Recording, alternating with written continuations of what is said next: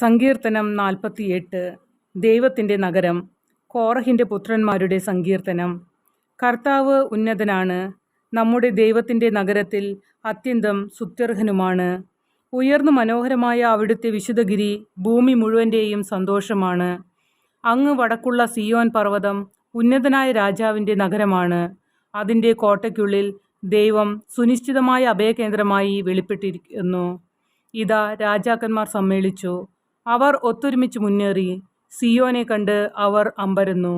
പരിഭ്രാന്തരായ അവർ പലായനം ചെയ്തു. അവിടെ വെച്ച് അവർ ഭയന്നു വിറച്ചു. ഈറ്റുനോവിനൊത്ത കഠിനവേദന അവരെ ഗ്രസിച്ചു.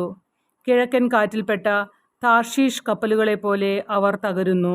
നാം കേട്ടതുപോലെ തന്നെ സൈന്യങ്ങളുടെ കർത്താവിൻ്റെ നഗരത്തിൽ നാം കണ്ടു. ദൈവം എന്നേക്കുമായി സ്ഥാപിച്ചിരിക്കുന്ന അവിടുത്തെ നഗരത്തിൽ തന്നെ. ദൈവമേ, അങ്ങയുടെ ആലയത്തിൽ ഞങ്ങൾ അങ്ങയുടെ കാരുണ്യത്തെ ധ്യാനിച്ചു. ദൈവമേ, അങ്ങയുടെ നാമം എന്ന പോലെ തന്നെ അങ്ങയുടെ സ്തുതികളും ഭൂമിയുടെ അതിരുകളോളം എത്തുന്നു. അവിടുത്തെ വലങ്കൈ വിജയം കൊണ്ട് നിറഞ്ഞിരിക്കുന്നു. സിയോൻ മല സന്തോഷിക്കട്ടെ. അങ്ങയുടെ ന്യായവിധികൾ മൂലം യൂദയായുടെ പുത്രിമാർ ആഹ്ലാദിക്കട്ടെ. സിയോന് ചുറ്റും സഞ്ചരിക്കുവിൻ, അതിന് പ്രദക്ഷിണം വയ്ക്കുവിൻ, അതിൻ്റെ ഗോപുരങ്ങൾ എണ്ണുവിൻ, അതിൻ്റെ കൊത്തളങ്ങളെ ശ്രദ്ധിക്കുകയും കോട്ടകളെ നടന്നു കാണുകയും ചെയ്യുവിൻ. ഇവിടെയാണ് ദൈവം, ഈ ദൈവമാണ് എന്നേക്കുമുള്ള നമ്മുടെ ദൈവം.